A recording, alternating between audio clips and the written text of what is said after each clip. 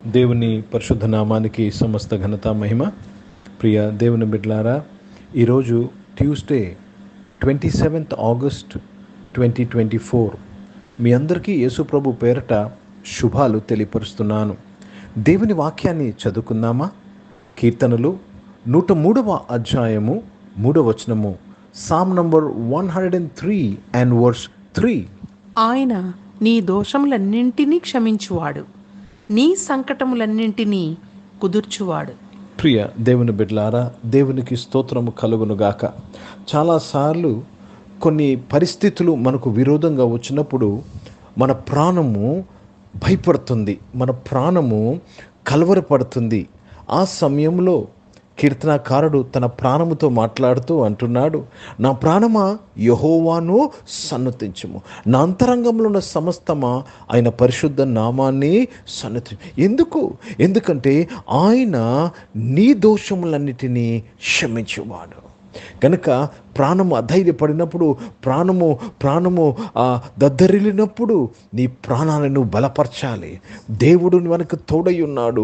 దేవుడు నీ దోషములన్నిటినీ క్షమించేవాడు. గుర్తుపెట్టుకోండి, మనము తప్పు చేసినప్పుడు, మనం పాపము చేసినప్పుడు దోషములన్నీ ఆ యొక్క అన్నీ మన ప్రాణం మీద పడుతుంది. దేవునికి స్తోత్రము కలుగునుగాక. కనుక నీ దోషములన్నిటినీ క్షమించువాడు, నీ సంకటములన్నిటినీ కుదుర్చు. Let me read this in English. Who forgiveth all thy iniquities, who healeth all thy diseases.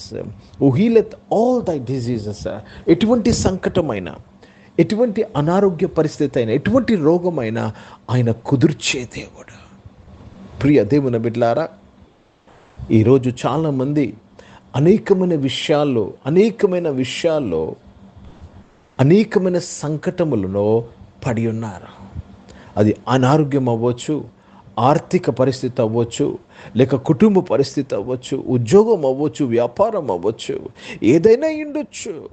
దేవుడు నీ సంకటములన్నిటినీ కుదుర్చువాడు. కనుక ప్రాణమా అధైర్యపడవద్దు, యెహోవాను సన్నతించుము, యెహోవాను ఆశీర్వదించుము. చాలాసార్లు ఇటువంటి పరిస్థితిలో దేవుడు ఏమి చేయలేదు. కొంతమంది అయితే ఏకంగా దేవుణ్ణి విరోధంగా మాట్లాడతారు, శాప మాటలు మాట్లాడతారు. కానీ ఇక్కడ కీర్తనకారుడు అంటారు, అలాగ నువ్వు మాట్లాడరాదు, కానీ దేవుణ్ణి ఆశీర్వదించు, సన్నుతించండి. Bless the Lord O my soul. కనుక దేవునికి స్తోత్రము కలుగునుగాక. ఈరోజు ఈ ఆరాధనలో పాల్గొని నీవు ఎటువంటి సంకటంలో ఉన్నా అది కుదుర్చబడ్డాది. ఎందుకంటే దేవుడు వాగ్దానము చేసిన దేవుడు నమ్మదగినవాడు. హిందీ में पढ़ेंगे भजन संहिता 103 और उसमें 3रा वचन पढ़ रहे हैं. वही तो तेरे सब अधर्म को क्षमा करता है और तेरे सब रोगों को चंगा करता है. तेरे सब अधर्म को क्षमा करता है और सब रोगों से आपको चंगा करता है. कुछ भी रोग हो, आपके शरीर में रोग हो या परिवार में रोग हो या आपके पैसों में रोग हो, कुछ भी रोग हो वो क्षमा कर वो ठीक कर देता है, सही कर देता है. इसलिए कभी भी हमें अधैर्य नहीं होना चाहिए, डरना नहीं चाहिए, ढाढ़स बांधना चाहिए. మనము ధైర్యముగా ఉండి దేవుని కొరకే కనిపెట్టాలి. దేవునికి స్తోత్రము కలుగునుగాక. ప్రియ దేవుని బిడ్డలారా, ఈ వాక్యాన్ని జీవితంలో అనేకసార్లు చదివింటాము, కానీ చాలాసార్లు ఈ వాక్య ఆశీర్వాదాన్ని మనం పొందుకోలేదు. ఎందుకు తెలుసా? ఎక్కడో ఒక దగ్గర భయము ఇంకా ఏలుతుంది. ఈరోజు ఈ వాక్యము ద్వారా మీలో ఉన్న ప్రతి టెన్షన్, ప్రతి స్ట్రెస్ నుంచి మీకు విడుదల కలుగునుగాక. నీ ఏ దోషములు బట్టి నువ్వు చిక్కులో పడ్డావో, ఏ దోషములు బట్టి నీ కుటుంబం ఇరుక్కుందో, ఏ దోషములు బట్టి నీవు కింద పడిపోయి ఉన్నావు నీ జీవితంలో, ఆ దోషములన్నిటినీ క్షమించువాడు. దేవునికి స్తోత్రము కలుగునుగాక. ఏ దోషమును బట్టి నువ్వు ఎక్కలేనంత ఎత్తైన కొండ ఎక్కలేకపోయావో, ఏ దోషమును బట్టి నీ ప్రార్థనకు జవాబు దొరకలేదో, వాటన్నిటినీ ఆయన క్షమించే దేవుడు.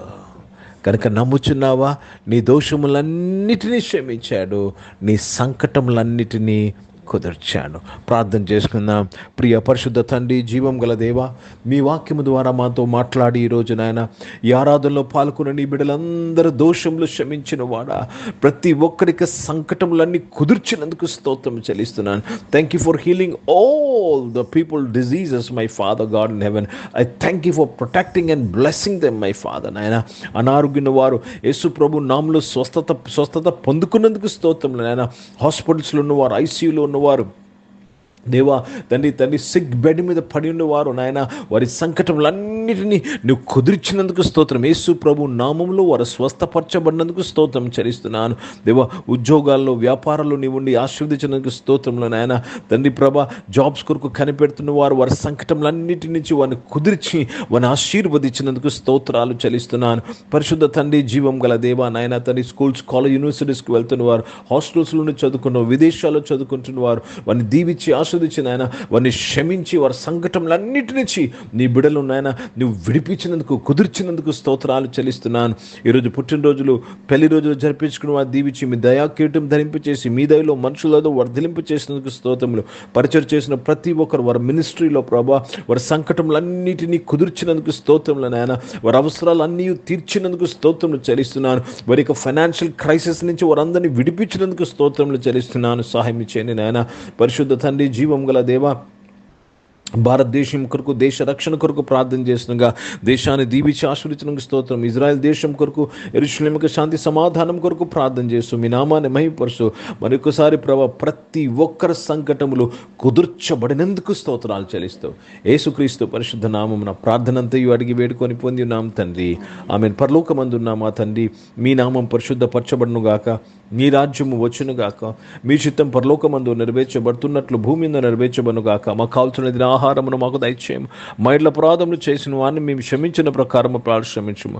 మమ్మల్ని శోధనలు తెగ కీని తప్పించము. ఎందుకంటే రాజ్యము, శక్తి, మహిమ నిరంతరం నీవై ఉన్నవి తండ్రి. ఆమేన్. ఇప్పుడు మన పరమ తండ్రి అయిన దేవుని ప్రేమ, ప్రభువైన యేసు క్రీస్తు వారి కృప, పరిశుద్ధాత్మిక అన్యోన్య సహవాసం, ఆరాధనలో పాల్గొన్న ప్రతి ఒక్కరితో, ప్రార్థన చేయబడిన అంశములతో, సంఘముతో ఇప్పుడు ఎల్లప్పుడూ సదా తోడయుండును గాక. ఆమేన్. దేవునికి స్తోత్రం. అందరికీ వందనాలండి. God bless you and praise the lord.